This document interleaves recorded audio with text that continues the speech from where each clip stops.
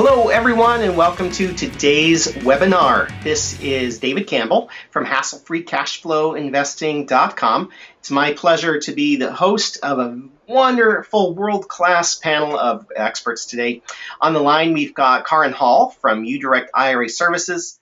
Hello, Karan. Are you with us? Yes, David. Thank you. And we've got Amanda Hahn, CPA from Keystone CPA.com. Hello, everyone. This is Amanda. And we've got Amy Sayer, who is the president of August REI, a residential loan servicing company. Amy? Hi, David. Hi, everyone. And we've got just an amazing opportunity for you to get this brain trust together in a virtual environment. But the most powerful thing is that we are available for questions. So at the end of the webinar, you'll have a chance to get our contact information. If you're watching this via video, you can send in your questions via email. If you are attending live, one of the powerful things is you can type your question into the chat box, into the GoToWebinar control panel. So feel free to send those questions and we'll get them away. We are giving away some fantastic free educational gifts, some educational resources for you. So I really encourage you to hang on to the end of the presentation to find out what we've got to give away for free. There's nothing for sale on today's webinar, so just relax, get your pencil and paper out, take some notes. The point of this educational event is just to provide you with some educational resources so that you can make better investing decisions. And if our companies can be of service to you in furthering your education, we would love to hear from you. So let's get started. What is a mortgage note? Because that's what we're talking about today, is how to be a smarter mortgage note investor. There are basically, it's a promise to pay, which is the borrower. He promises to pay, and that promise is secured by a piece of real estate. And there's lots of different names for a mortgage note, like a note and mortgage, a note and deed of trust, hard money loan, private lending, seller financing, wraparound note. Those are all fundamentally the same thing, which is a promise to pay secured by real estate. So for today's conversation, we're going to use the word mortgage note, and it means all of these things. They all mean the same concept.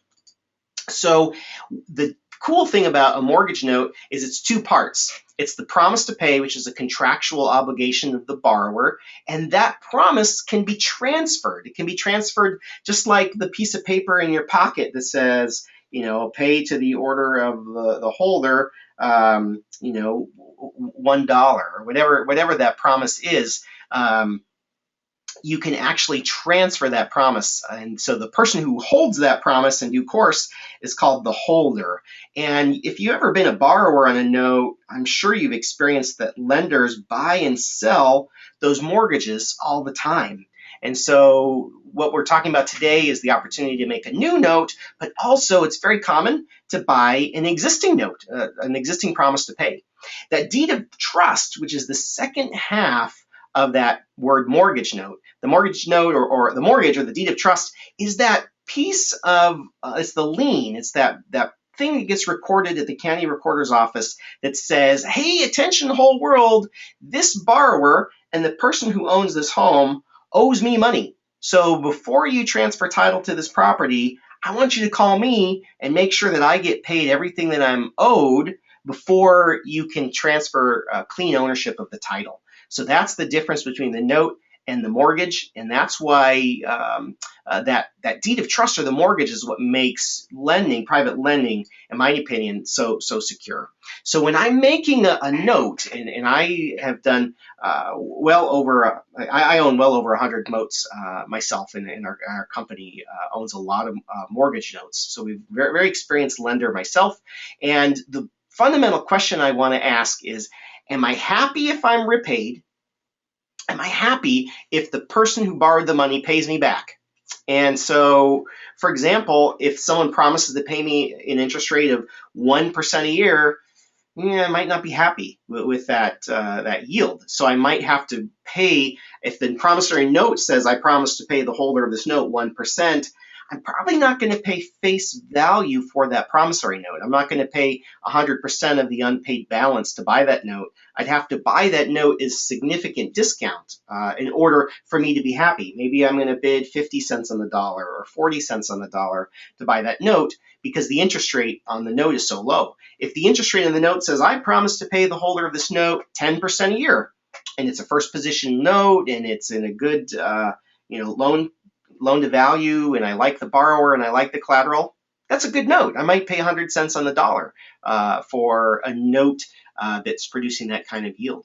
The second question I want to always ask is, am I happy if I'm not repaid? Because it's not a matter of if you're going to be have a borrower not pay you. It's a matter of when. If you own enough mortgage notes, eventually you're going to get someone who's going to say, Mr. Lender, I've decided not to pay you all of the money that you're owed, or I've decided to pay you slow, etc. So what happens if they don't pay as agreed? You want to do the happy dance of joy that they don't pay you back on time.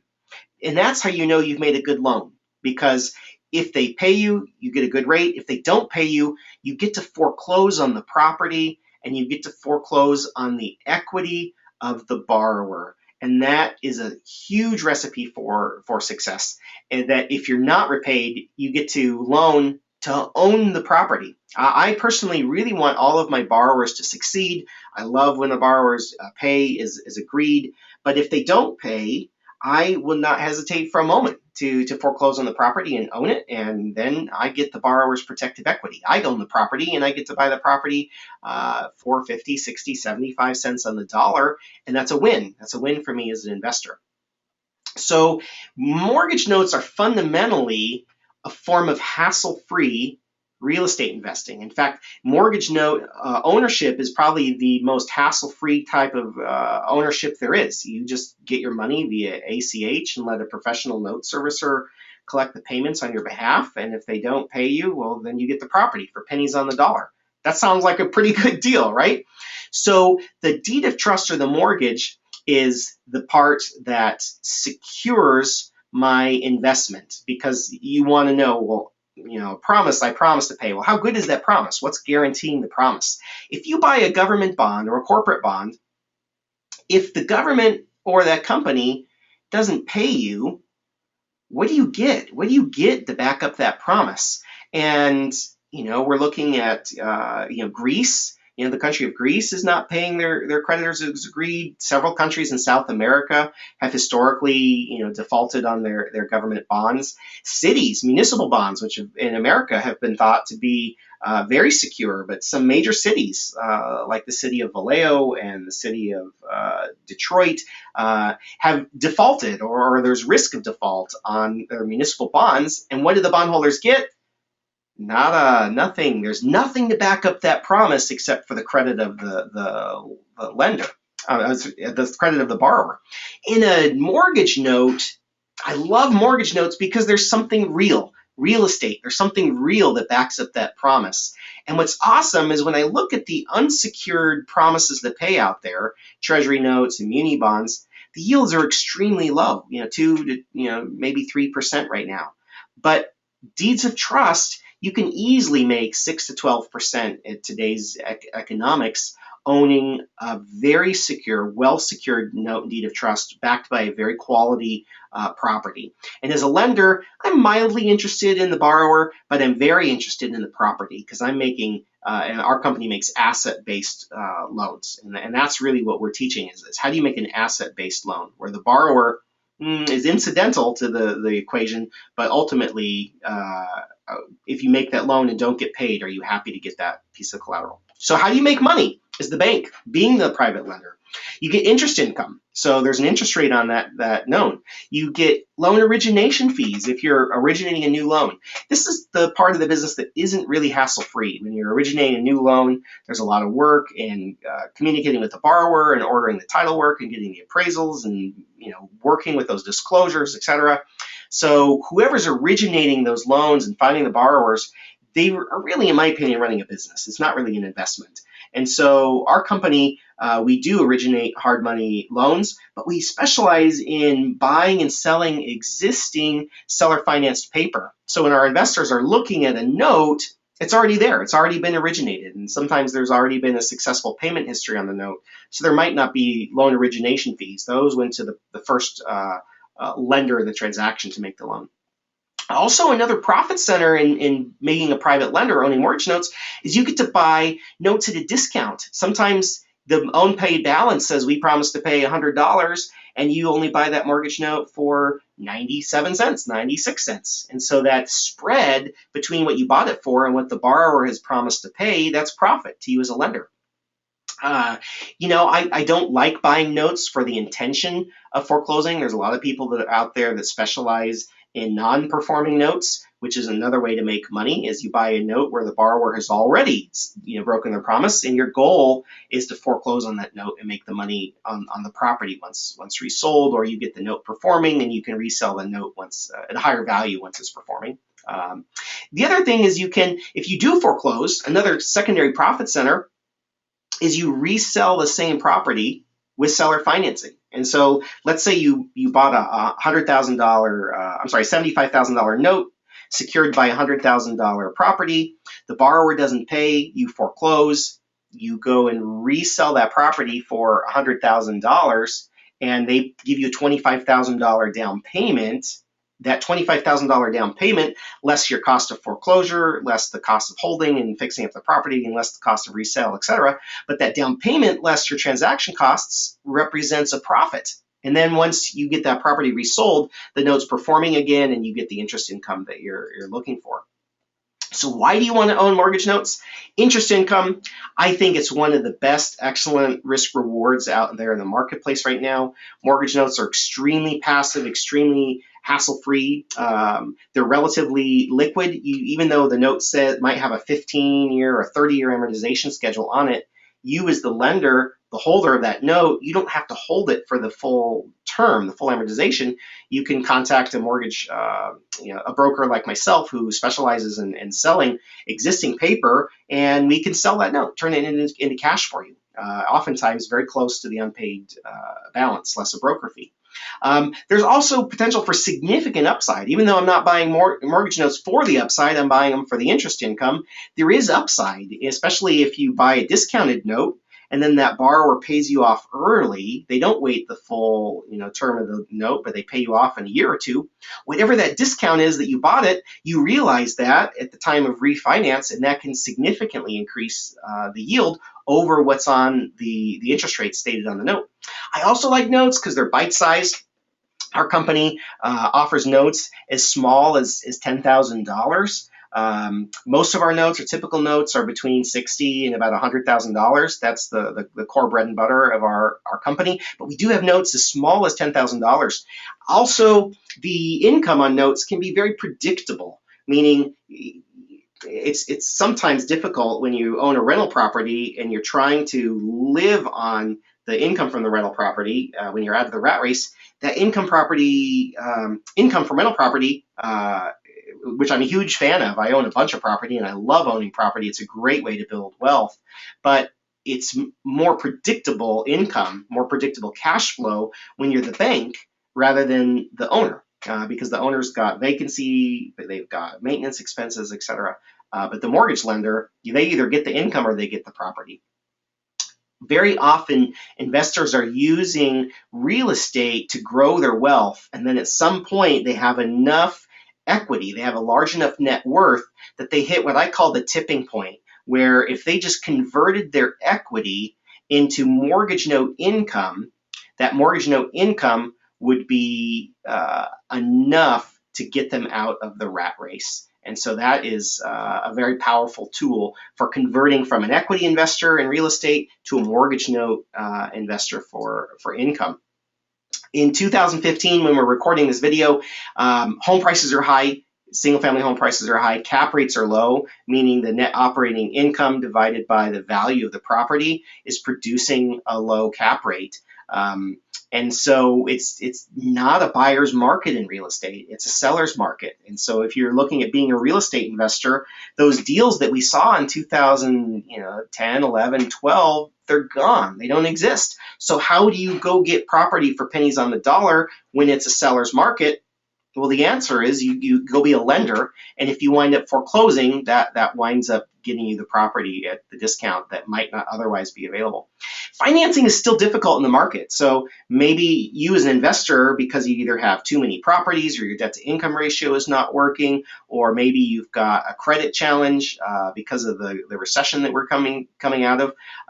It's still challenging to get financing. So maybe you as a lender, as an investor, can't get money to buy finance properties, but you could be a lender because it's usually a cash transaction.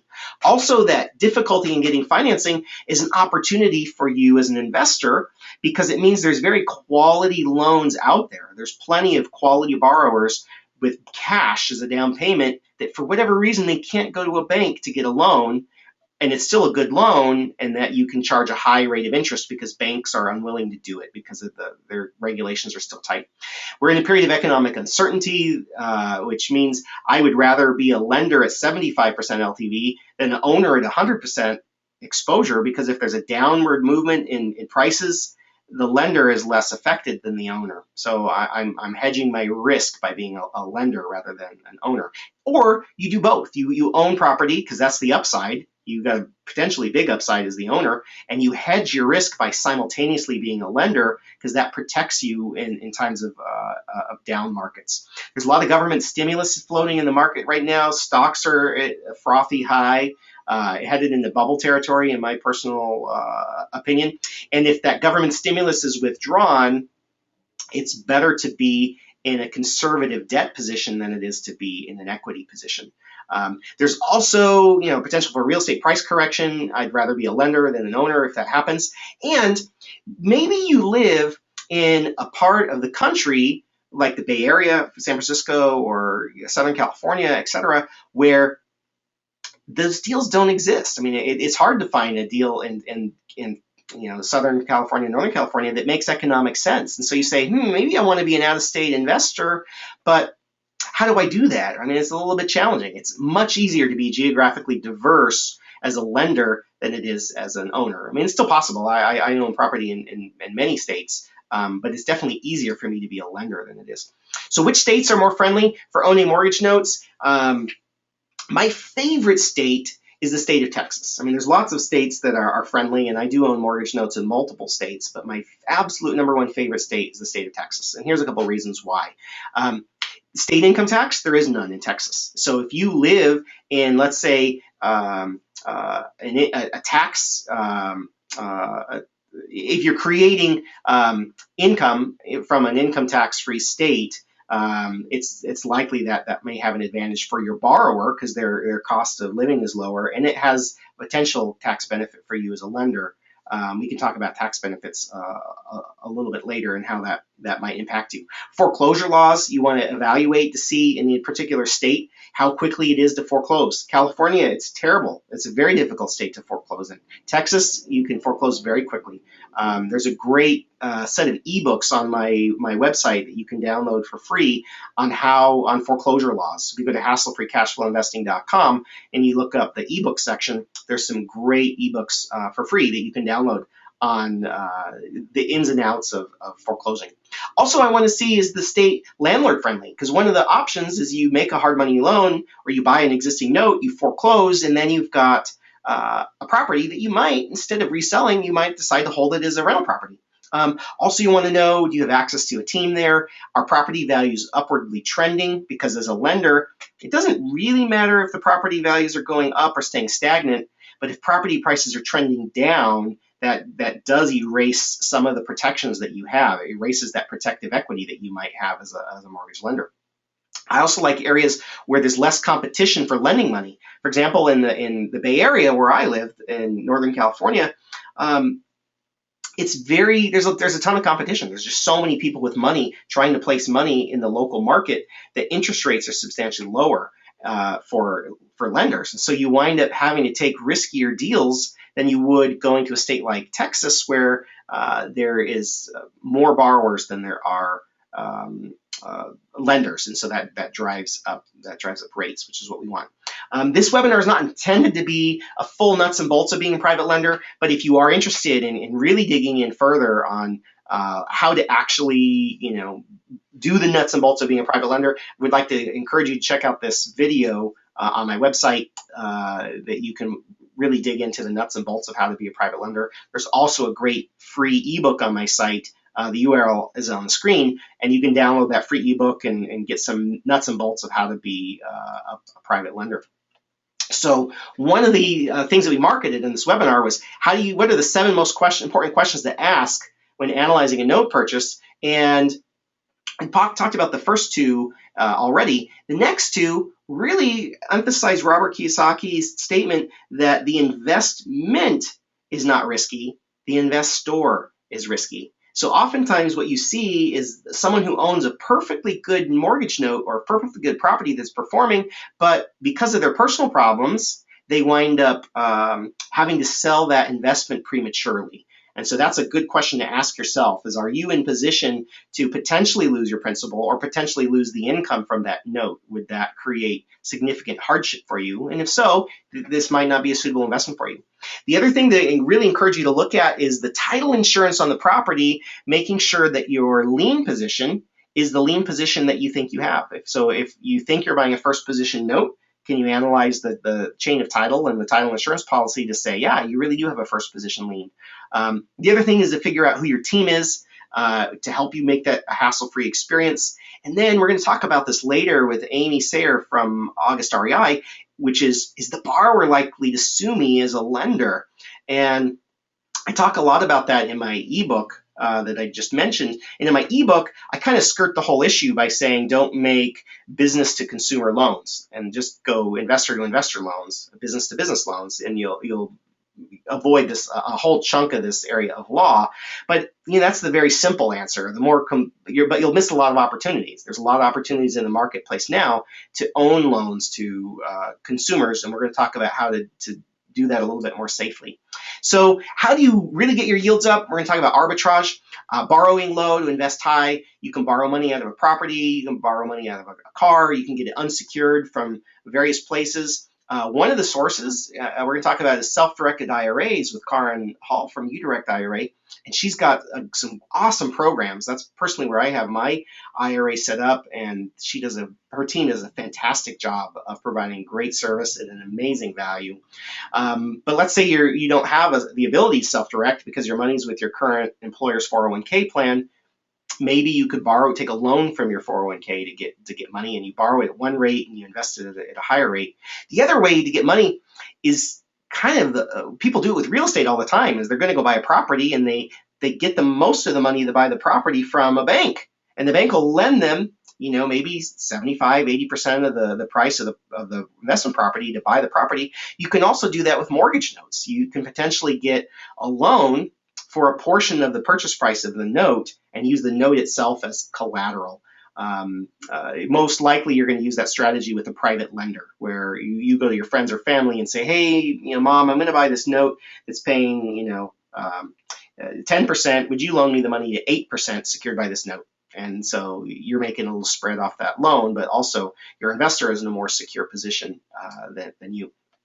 So here is a great infographic on how to move the equity into a safer position. So let's say you own a free and clear property. I've got a client with a free and clear property. All of her equity is exposed to the market. All of her equity is exposed to potential lawsuits. Her cash flow is relatively low. Her ROI is relatively low. She doesn't have a lot of diversity because all of her equity is in that one property.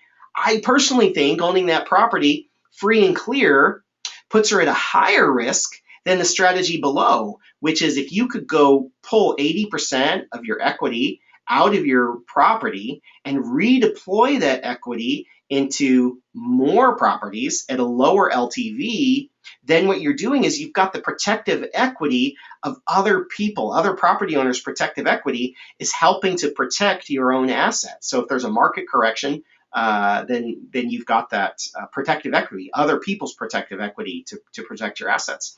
You've also got higher cash flow. Anytime you've got a situation of higher cash flow, I think your risk is going down. Just your global cash flows improved. Your ROI is going to go up, which is awesome. You've got diversity because now instead of having all your assets in one property, you've got your assets spread among, in this illustration, 3 properties rather than one. You took the equity out of one, you still own it, but you use that asset, the proceeds of the loan, to go be a lender on 2 other properties. Gives you more diversity. In my opinion, you can borrow and then lend, and it can potentially make your risk lower. Of course, there's always risk of loss. We're just talking about relative risk. And if you do it correctly, I think you can actually lower your risk and improve your profits. Here's a great case study where you borrow. This particular investor borrowed money at 3.5% out of her property at a payment of $437. She invested it in a note producing 10% yield, which is a profit of $812 a month. And you've got the profit, but you've also got the cash flow. In this particular case, over 15 years, she's making $97,000 of cash flow just by signing her name on this note here and then using the proceeds of the loan to go invest. And then 15 years later, she's got that property free and clear again. So not only did she get $97,000 of cash flow, the property that she originally used to pull the equity out of is now free and clear again. If we're going really fast, you can actually get the video of this presentation, pause it, slow down the slides, and really study this scenario. The other strategy is you borrow it at 30-year amortization and you lend it at 15-year amortization. The advantage for that is your cash flow is significantly more. The disadvantage is after the 15 years of income that you received, you still owe money on the original property. But it's possible that you say, hey, I'm going to do this, not only the interest rate arbitrage, but the amortization differential gives me cash flow now, and it allows me to hold this property for 15 years. And then 15 years from now, I'm going to sell my property or refinance that property at that time to rinse and repeat the cycle. So here's 2 investment note opportunities that are typical for our company. For example, owner-occupied properties where the borrower's got a big down payment, great income, great debt-to-income ratio. They either have bad credit or they're not a U.S. citizen. And so I like those loans because I'm happy if I get paid. 10% is pretty good. And if I'm happy if I don't get repaid because I get to own the property for 75 cents on the dollar. We also arrange for single-family construction loans. So it's still difficult for single-family home builders to get financing from banks. So we arrange financing for home builders on a draw basis. So you might lend $90,000 or $100,000 on a construction loan, and you lend it in pieces as the builder completes the work, so that your loan to value is always there. The advantage of construction loans is they're usually very short term. You can get in and out of a construction loan in 90 days to 6 months, perhaps. So those are great, short-term uses of cash. So here's a good example of an actual mortgage note that we did broker. And this situation, this borrower is perfectly bankable. They should be able to go to Wells Fargo or Bank of America and get money at 3.5–4% to buy this home. But ta-da! Their only challenge with their loan file is they're not a U.S. citizen. They're a permanent resident alien. And they were not able to secure financing from a bank because of their citizenship status. But they do have a FICO. They have a tax ID number, just not a social. So until they have a social security number, it's very difficult for them to get conventional financing. But I think this is a great example of a very low risk loan and a very good yield at 10%. Here's a great example of a construction loan, 10% yield. And in Dallas, Texas is a booming market, one of our favorite places to do construction loans. So I'd like to kind of talk with Amanda from Keystone CPA.com about some great tax strategies for mortgage note investors. So Amanda, welcome back to our call. How is mortgage note income taxed? Very good question. Mortgage note income is generally going to be interest income, right? Like you were saying, 3%, 6%. And so interest income is usually taxed at your ordinary income tax rate. And what that means is depending on your overall income, you could be in the 10% bracket, 15% bracket, with the highest being 39.6% bracket. Now, the good thing about mortgage notes that give off interest income is that you are generally not going to be subject to any self-employment or payroll taxes. Okay, so when we work for our W-2 job, or if we own a business, let's say we're in the business of doing fix and flip, not only are we paying income taxes at the federal and state level, but we're also paying self-employment or payroll taxes as well. And so this is one of the good things on interest income from a note. There's almost never going to be that additional layer of self-employment tax. That's awesome. That's awesome. One of the questions that I frequently get is if someone owns a real estate portfolio that's producing passive losses, can they use the passive losses from their real estate portfolio to offset their interest income from mortgage notes? That's a really good question, and that's actually one that we get quite often as well. Unfortunately, the answer is no. And I know it's very hard to kind of understand because you feel like, well, my real estate, if we're saying it's passive because I'm not actively involved in it, then isn't my note investment passive, right? Because you were just talking about how this is passive cash flow and we're not really doing anything. It's almost like mailbox checks coming in, right? So yes, it is passive in nature. However, the IRS does differentiate it. Interest income from a mortgage note is actually considered investment income. Okay, so it's not active, it's not passive, it's actually in its own category that's called investment income. So it kind of goes in that same bucket with dividends or capital gains. All those are considered investment income, and therefore it doesn't necessarily offset the passive losses that someone might have, for example, from a bunch of losses from a rental property, for example. Yeah, yeah. Tell me Okay. how that changes if someone gets classified as a professional note investor or they're in the business of lending rather than a totally passive investor.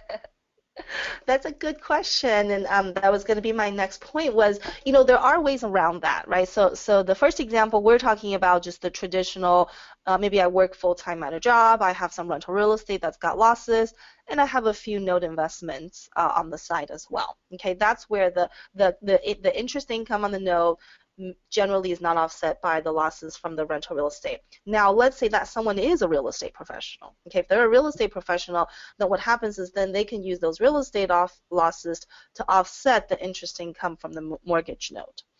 Now, the third possible scenario is if you're in the business of doing lending, and maybe for someone like you, David, might be considered doing in the business, right? If you're doing a lot of notes, we got 30, 40, 50, hundreds of notes, and that might rise to a level of, gosh, now we're in the business of doing lending. Once that occurs, two things happen. The downside is that when you're in the business of doing lending, now what you might be subject to is that payroll tax or self-employment tax we were talking about earlier. So same thing as buying a piece of property and selling it, right? I have clients who flip notes, who invest in notes, and so when you're doing it on a large volume very actively, that's where that self-employment tax kicks in. Now, the good news about that is once you rise to the level of being a note investor as a business, what that means is you can then write off all of your business expenses that you traditionally have in an operational business, car expenses, cell phones, maybe you have equipment, right? You're using computers and stuff for this note business. And also, if you end up with a net profit in your mortgage note business, then you might be able to use self-directed retirement account strategies to significantly bring down the tax bite on that income. So lots of different scenarios to think about.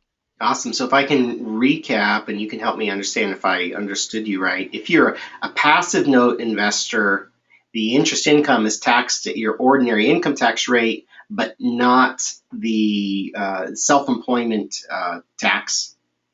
And so I pay tax, and then I get to spend what's left over. If I'm if I'm a note professional, if I'm in the business of lending, I earn money, I get to deduct my business expenses, then I pay tax on what's left over, but I unfortunately then pay the self-employment taxes on the money.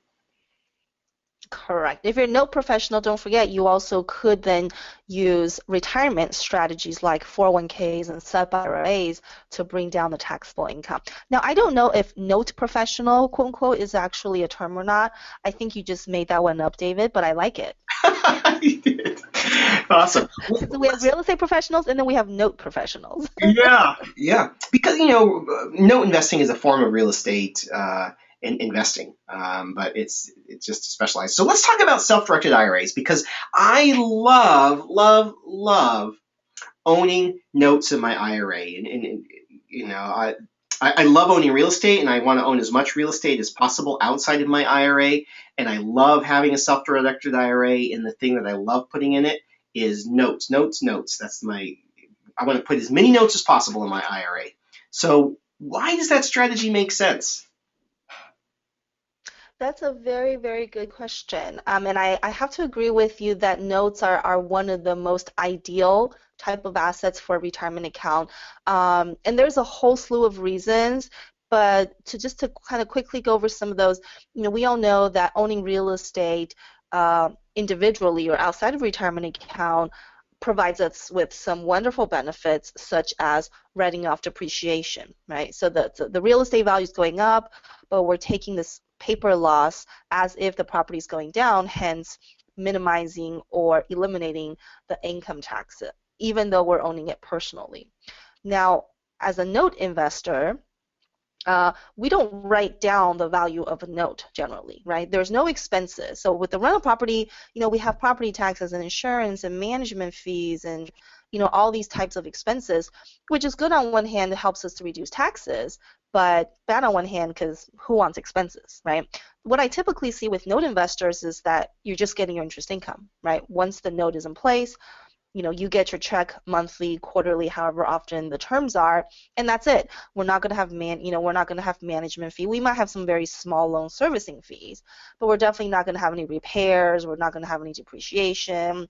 We're not going to put on any roof for the property. And so because there are generally not a lot of expenses, that means we're paying taxes at the full interest income that we get. And so what better place to either defer or eliminate that tax than to use retirement money, right? Because if we generated $5,000 of interest income, well, if I invested it with my personal cash, I'm going to pay taxes at my ordinary rate. Let's say it was 15 to 33%. Now, if I had used my retirement account for that note investment, that entire $5,000 would be tax deferred or tax free, which then I can use that $5,000 and continue to invest and grow until I take it out at retirement. So just in comparing the write-offs and the depreciation, it generally makes more sense. If you're someone who's saying, gosh, I like real estate, but I would like to own it in different forms. Part of that I would like a hard asset, property held in my name. Another part of it I want to just be more passive, right? I want my assets secured by real estate. If you want both of those types of real estate investments, then we generally recommend that you do the note assets in the retirement and the real estate in your personal name. Awesome. Well, we've talked a lot about self-directed IRAs, and I would like to welcome the smartest person I know in the self-directed IRA space, a woman I can give my absolute highest endorsement to for professionalism and education and commitment to her clients. Let's welcome Karan Hall from uDirect IRA Services. Thank you, David. What an introduction. I really appreciate it. And I love that you love notes. That's what our account holders love. They love notes too. And, notes are just another way to invest in real estate. And so, that's probably the number one thing that people do, put into their self-directed IRAs, either real estate directly as a house, like Amanda was just covering the pros and cons of that, or they do invest in notes quite a bit. So let's talk about self-directed IRAs and what they are and how they work, and just to very quickly go over some of the rules and kind of think of self-directed IRAs as kind of a game that you want to play to win. So I'm going to give you the rules so that when you are self-directing your IRA that you're going to win as best you can. So if you want to send the control over to me, I'll click forward here on my slideshow. You got the mouse. Thanks so much. Okay. And so good. So the way to self-direct your IRA is, well, first off, open a self-directed IRA. uDirect IRA services, just a little brief amount here, is that we're not a fiduciary. We don't give you tax and legal advice. We're not accountants. That's why we always send people over to Matt and Amanda at Keystone. And we don't give you that kind of investment advice. And we don't recommend any particular investment. I mean, it's self-directed, so you're choosing the asset that you invest in. What we do is help you get your money from where it is now, probably in Wall Street, over to maybe Main Street in a house or a note or something like that. That's what we do here at uDirect IRA Services. And I'm not clicking forward, so David, I'm going to let you do that for me. So on to the next one. So when it comes to saving for retirement, there is a huge deficit between what Americans have and what they need to retire. So don't be a statistic. Invest, save for retirement. Whatever you're going to do, save for retirement, because you want to have plenty when you get there. And some of the ideas that you're going to hear today are hopefully going to take you from where you are to a very comfortable retirement. Let's move forward. So when it comes to the entire pool of retirement money, it is trillions and trillions of dollars. So if you're looking for someone to invest with you, understand that all you have to do is say, do you have a 401k with a previous employer? Do you have an IRA? And if the answer is yes, they probably don't even know that they can self-direct that retirement account into your deal. And you can do the same thing. So lots and lots of money out there, only 3 or 4% of it is in alternative assets, which I don't understand what's alternative about real estate. I think we all live and work in real estate, but it's still considered alternative. So all the rest of it's in Wall Street, and it can be moved over into alternative assets like notes and real estate and precious metals and so many other things. Okay, so moving forward, what we want to do is let you know that this is not anything new. Not a lot of attorneys know about this. Not a lot of CPAs know about this, which is why we love Keystone CPA, because they do, and they help lots of our account holders. But these IRS rules have been around since, well, Gerald Ford signed the ERISA laws in '74. They went to effect in '75, and it's 2015 now. So that makes it 40 years that you've been able to self-direct your IRA. And who knew that? A lot of our audience isn't even 40, and so it's been around longer than a lot of people listening have even been alive. So just understand that you've been able to self-direct for a long, long time. It's not something new or some fad or something. So pressing on to the next slide here. The difference between a typical IRA and a self-directed IRA, really there's just one difference, because everything is the same about an IRA is an IRA. There's a traditional, a Roth, a SEP, a simple, an inherited IRA, a spousal IRA. An IRA is an IRA, but what makes it self-directed is the kind of asset that the IRA can invest in. If you have an IRA that's invested in Wall Street and you call your financial advisor and you say, hey, I'd like this IRA to buy a house, they'll probably tell you that they can't help you or that you can't do it, but you can do it and we can help you. So we can help you invest your IRA in things like notes and rental property and private companies. Your IRA can buy private stock or make loans to companies or individuals, secured and unsecured. Your IRA can invest in tax liens. People love those. Even in things like factoring, where you're buying someone's accounts receivable. So many different things that a self-directed IRA can invest in, and that's what I'm here to help you with. That's what uDirect IRA Services is here to help you with. So moving forward, what we want to do is help you understand that when it comes to losses in the self-directed IRA, those losses are not easily replaced and they can't be written off. And Amanda can attest to that. If you lose money in the IRA, you just have lost money. So you really, really, really want to make an intelligent investment. You want to do your due diligence. There are so many government and pseudo-government entities that will help you when you're going to invest. Call the Attorney General. There's some on our website at udirectira.com. We have a list on the right-hand column of institutions that will help you. And you say, look, I'm looking to invest with this company or this person. Can you tell me about them? Or you could just Google this. And I actually had someone from the FBI once tell me that if people did their due diligence and actually Googled the names of the people they're investing in, he said he wouldn't have a job. So do your due diligence. You do not want to lose money in your IRA. So we don't want you to do that either. Because here's what happens. If you do lose money in an IRA, it's bad enough you lost the money, then you have to prove that you lost the money. You can't just say, hey, the asset's worthless, thanks very much, and walk away. You have to get a valuation and prove to the IRS that it's truly a zero value asset. So definitely watch for losses in a self-directed IRA by doing your due diligence. Okay, moving forward. The limits. An IRA can invest in anything except for life insurance contracts and collectibles. It's nice that the IRS doesn't tell us what we can invest in, just this very short list of what we can't do. I have to throw S corporations in there because an S corporation doesn't let a non-human entity invest in it, but you could, or which is to say buy shares, but your IRA could make a note to an S corp. So just saying that these are the limits of self-directed IRAs. Now there are other limits that aren't set by the IRS, and it has to do with the custodian, what is administratively feasible and what's not. For example, there are certain foreign currencies that are not administratively feasible or investing in. Although your IRA can invest in cattle, for us, having your IRA invest in cattle is not administratively feasible, just as an example. All right, so moving forward. So if you want to self-direct and your money is with a current employer, this happens a lot. You probably won't be able to move that money unless you can do what's called an in-service transfer. So how do you know if you can do an in-service transfer? The way you know is you go to your plan administrator and you say, hey, can you take a look at the plan document and tell me, can I transfer this money to an IRA? And they'll tell you yes or no. Now, typically, if you're over 59 and a half, you can take an in-service transfer. There are lots of times when you can. Most of the time, though, you can't. So just know that if you're presently employed, you probably won't be able to move those funds until you leave the company. And so moving forward.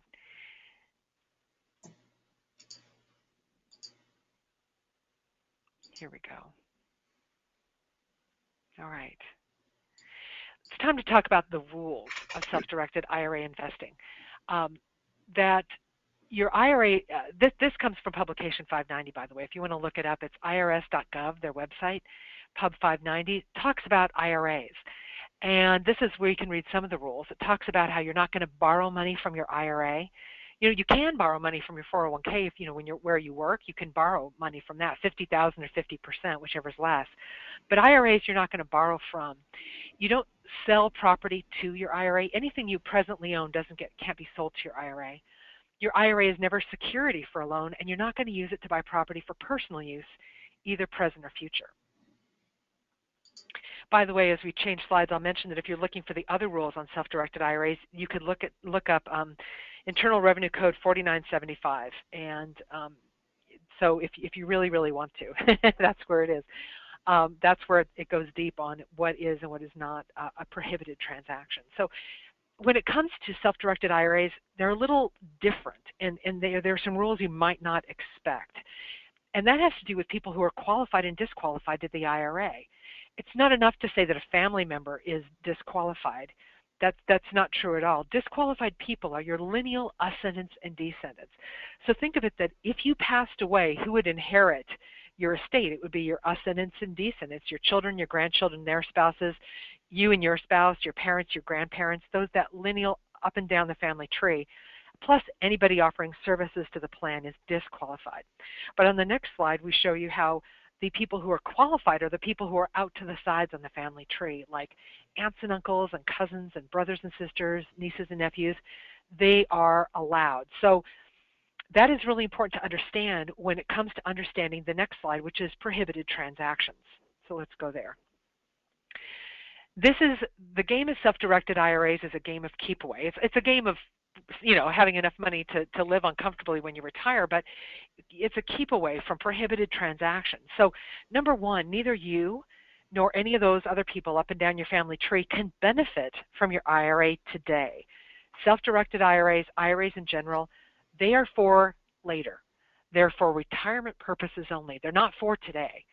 So you can't have your IRA, say, for example, invest in a note and have that borrower pay you personally the money.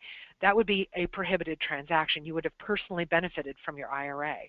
So you just don't do that because, and we'll talk about, well, I just mentioned it now, if your IRA commits a prohibited transaction, your IRA can be dispersed to you as a taxable event. The IRS says, boom, you don't have an IRA anymore.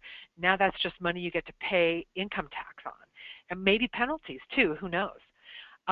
Number two, you're not going to buy, sell, oh no, we can go back.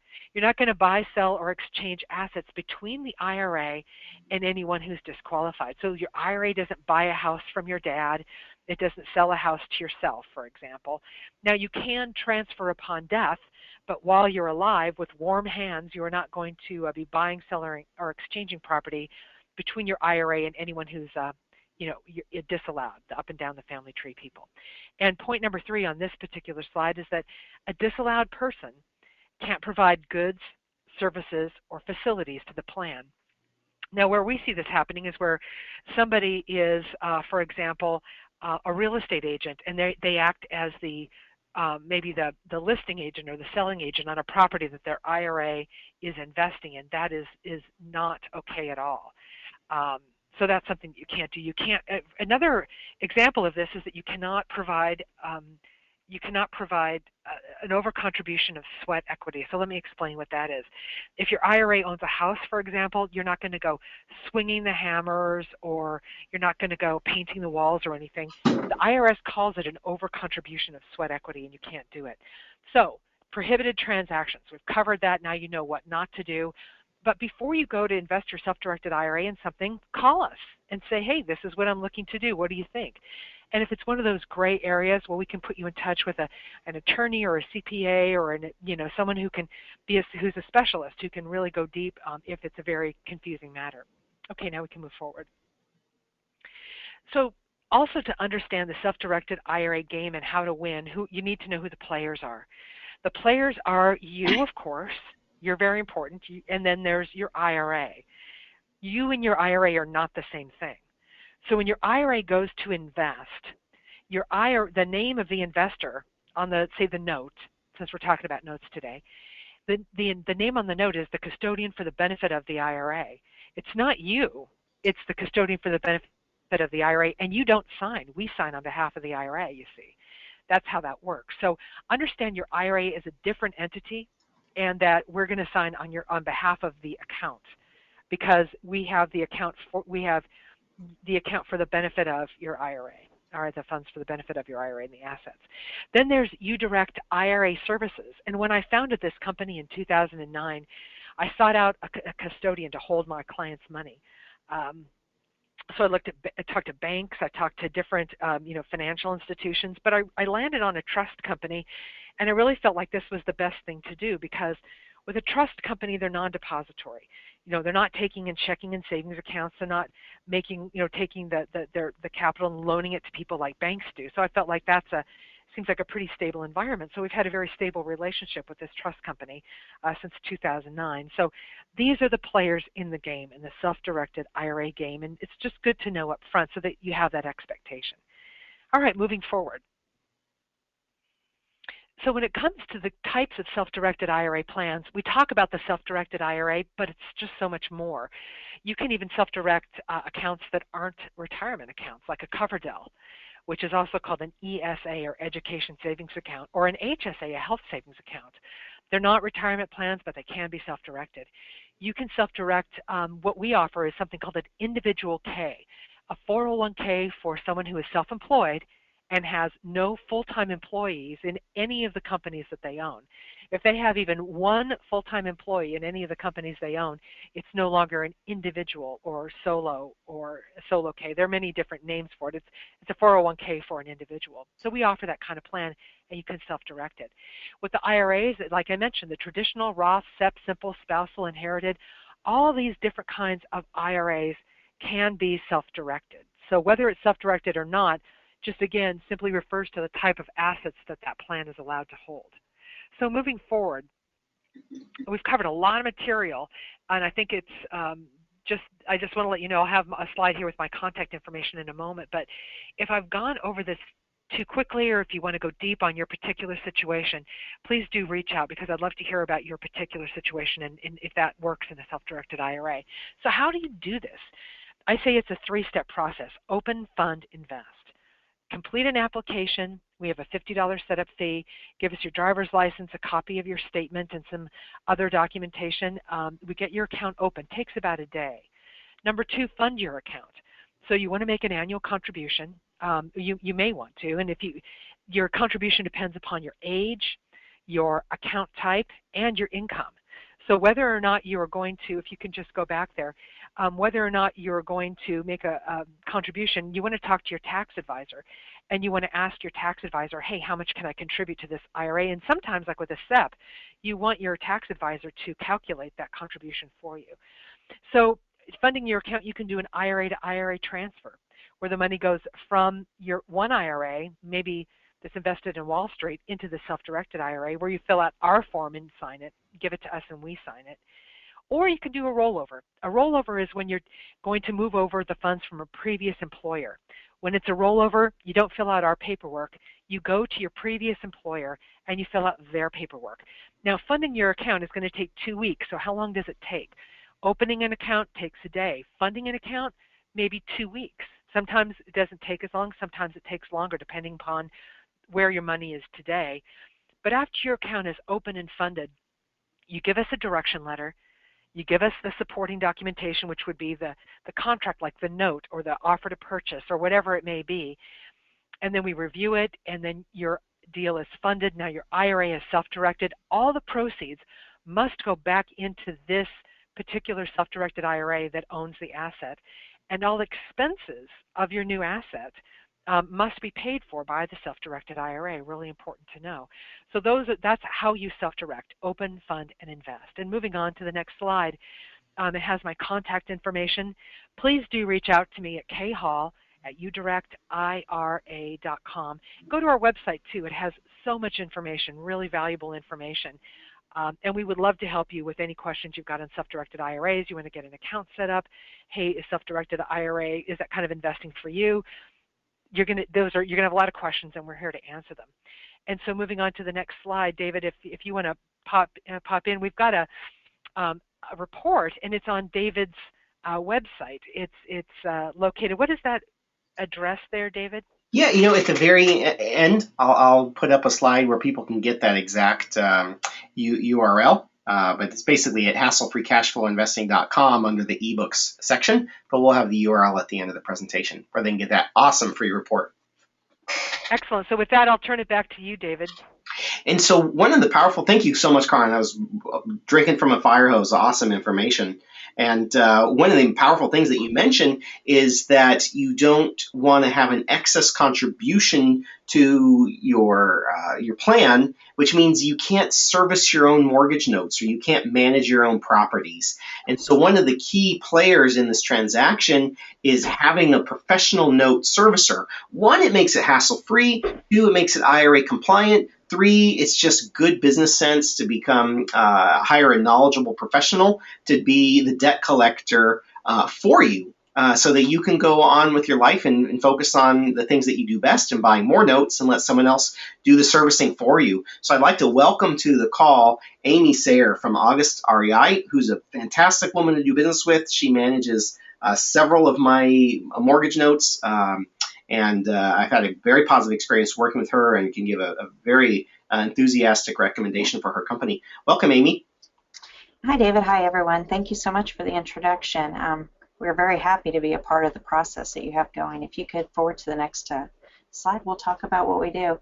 Some of the details we take care of is ensuring that you're protected and you're in compliance with all the regulations that are out there, because it can be very tricky, and you don't want to lose the money that you worked so hard and invested. You want your investment to be hands-off, easy to do, that you're just earning the money and it's your retirement. You're able to relax and know it's handled.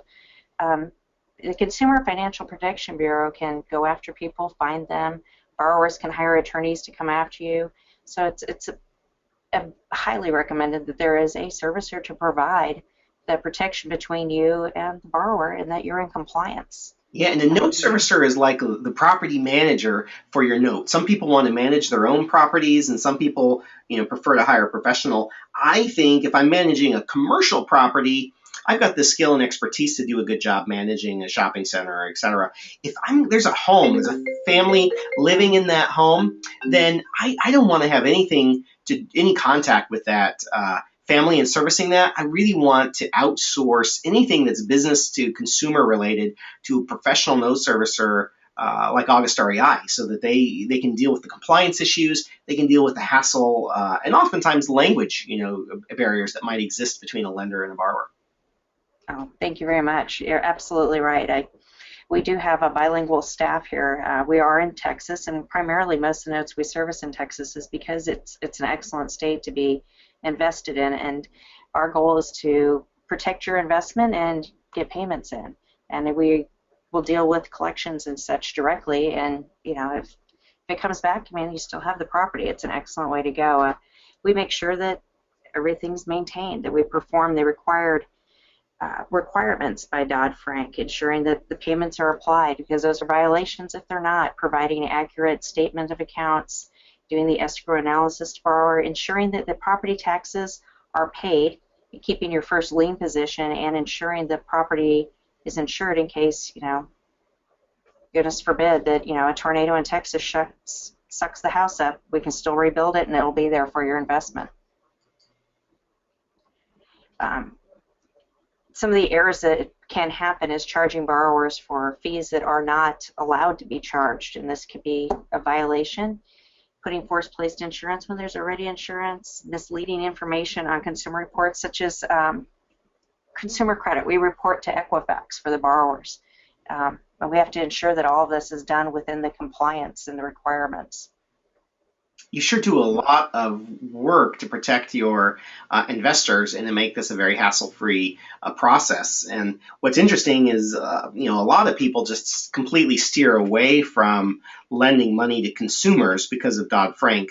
But in many ways, that's created an opportunity, because the Dodd-Frank Act has chased away so many people in this process. I think that creates a unique opportunity. And the opportunity, I think, is to work with a professional brokerage team to help originate the note that you probably, as the direct investor, don't want to fund the note. You want to let a professional originate the note, and then you can go buy, as a passive investor, go buy an existing note with professional management in place, so that you're relying upon a team with insurance to make sure your Dodd-Frank compliance is in place. We do make sure that happens. And on the investments, as far as the note buying and IRAs, those are always done with the free and clear note that's noted there. It's a very easy process for the servicing side for that to be existing, because you're guaranteed that you maintain your first position on the lien. Mm-hmm. We don't have the time in our presentation to really dig into wrap mortgages, but it's a pretty cool concept where you can sell a home without paying off the existing lien, and potentially make profits that way. If you really want to dig into that, you could contact me or Amy, etc. But if you are in a wrap mortgage situation, you definitely want to engage the help of a professional to help you with that situation. Mm-hmm. We're just talking about insurance, and this is to make sure that everything is maintained, and that if any errors occur or accidents occur, that the property is insured and your investment is fully protected. And we're in place to ensure that happens. We are listed as additional insured. We receive all the files from the insurance companies, where if there's a borrower just thinks or buyer on the note, your note is paying their payment, and they decide they probably don't need insurance and they cancel it, we receive notification, and we make it very clear that that's not the case, and we reinstate that insurance to protect the property. This is talking about the regulations, and this is why I believe that note servicing is the way to go on things. Is there's all the requirements issued by Dodd-Frank's, the escrow accounts, ensuring that they're done, and what's required on an escrow. And having note servicing provides you the space in between, ensuring that if the borrower is running late, that we're listening to the stories and we're getting it taken care of and getting the payments in. And I believe in regards to IRAs, it is required that there's servicing on it, so the funds aren't going into your hands for taxes. That would be a good question for Karan.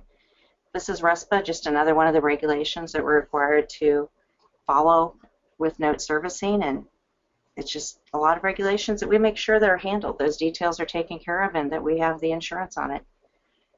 Talks about the payment statement that's required for a borrower, what's required that we provide in it. And really what we're doing is just managing the details and ensuring that you're protected. Again, example of a statement and all that goes into it. Oh, and the collection status, that there's actually a required, we refer to it as the mini Miranda, letting them know that we are collecting a debt even if they have a general nature. So all phone calls have to be identified that way, whether you're a person who owns one note or 100 of them. And we take care of the end-of-year tax statements, the 1098s for the borrower, for the lender if it's necessary, if they need those, depending on the IRA, and reporting them to the IRS, taking care of the details and bookkeeping. This tells you that we will send the check directly to your self-directed IRA, whether if you want it monthly or quarterly, we'll do it as directed, and that each statement we send sends a breakdown of principal and interest plus the principal balance of the current loan.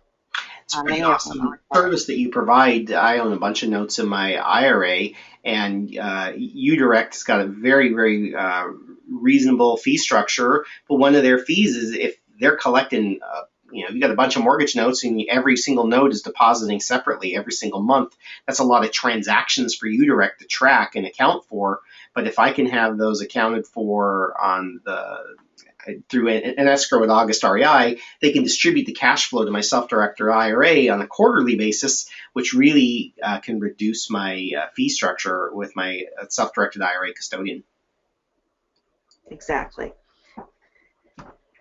And this is if it's a note and you have it for your personal investment portfolio and it's not through your IRA, we will direct deposit the money into the account and send them an email letting them know that money's coming to your account, and it includes a breakdown of how the funds were applied. I used to say that being a note lender is a form of mailbox money, and now it's even easier. You don't have to go to your mailbox at all. It just shows up via ACH as a deposit in your account. That's pretty amazing. Absolutely. Yeah, so August REI does an insane amount of work for the benefit of the lender. And what's awesome is people will generally think, oh gosh, that's going to cost a lot of money. I'm trying to save money and do it myself. But the notes that we create at Hassle-Free Cashflow Investing, we do our best to make that cost of note servicing passed on to the borrower, not the lender. And so the borrower, at the time they make their promise to pay, they promise to pay the principal and interest, the taxes and insurance, and they promise to pay the note servicing fee as well, which makes this even more lucrative investment and more hassle-free for our clients. Absolutely. It's one of the keys there, getting all the money you can for your investment. Awesome. I also really like that I can log on to their lender web portal at August REI and see how my notes are doing in close to real time. So Amy, awesome information. I'd like to encourage everyone to check out, if you are interested in note servicing, feel free to give Amy an email or visit her site at augustrei.com. Really appreciate everyone's time and attention on the call today. We've got some free gifts for everyone who's attending or watching this on YouTube today, and really would like to draw your attention to hassle-free-cashflow-investing.com. The URL at the bottom. There's some great ebooks specifically on how to be a private lender. There's some great ebooks from Amanda Hahn on using retirement funds, investing in real estate, and avoiding taxes. Great ebook from Karan on using your self-directed IRA funds.